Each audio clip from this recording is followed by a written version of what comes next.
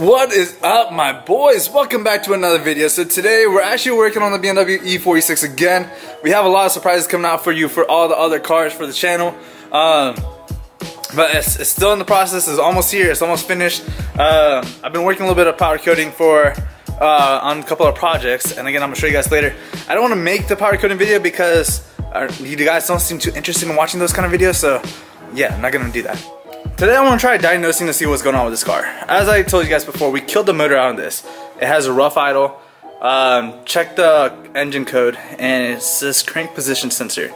So it's known for that sensor to go bad on the E46, and it says that would cause a rough idle, and even in neutral the car dies. So while we're still waiting on the transmission, I still want to drive this car and have a little fun. I'm gonna try to see if I can locate that sensor and try to get the car alive again.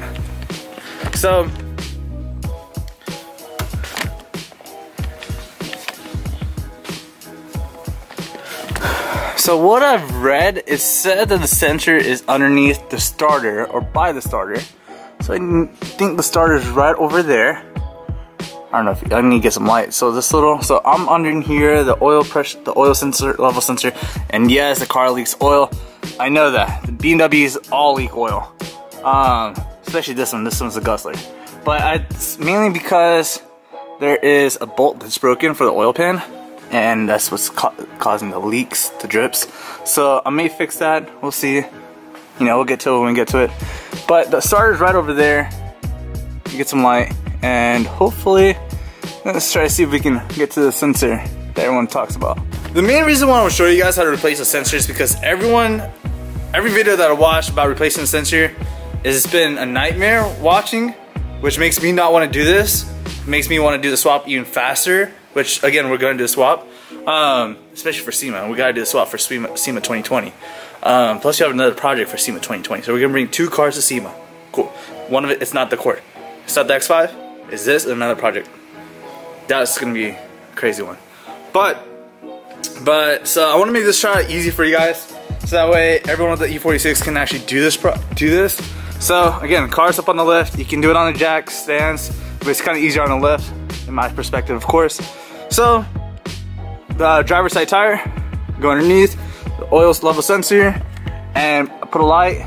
And if you look up, you can see the starter, little black little thing. I'm trying to see if you can. So when you look at it with the light, let's see, right there. So that's the starter, and then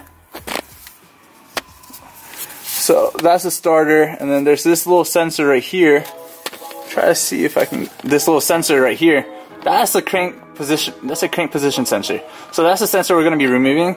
So again, it's kind of hard to film. All right, so this portion of this is actually this sensor right here. Trying to get this as best as possible. It's kind of hard to film and do this at the same time. So I'm gonna unclip this sensor. It's now unclipped, and from what I've read, it is one little torque bolt, which it looks like it is. And I'm just gonna go ahead and replace that sensor, remove that sensor. I'm gonna show you guys. So again, I have it right here, unclipped. So I'm gonna go ahead and remove that sensor, and we'll be right back. So I removed the screw, the hex screw, using a 5mm Allen key. Was able to remove the screw up here. Put that to the side, and so again up here where the starter is. Let's see if we can get a better look. All right. So again, that's where the starter is, and up here where my finger is. Kind of hard to see. Let's see if it'll focus. It's a little sensor right here. Again, that's where I removed the cable, and then pop that sensor out. And here's the sensor. So this could be the other reason why my car is leaking oil, is because of the sensor. Maybe this O-ring is bad. So I'm gonna go ahead and replace the sensor. Is the sensor right? There's not that much wiggle room. So that's the sensor. Of course, I put in a new sensor over there. Again, it's 5mm Allen bolt.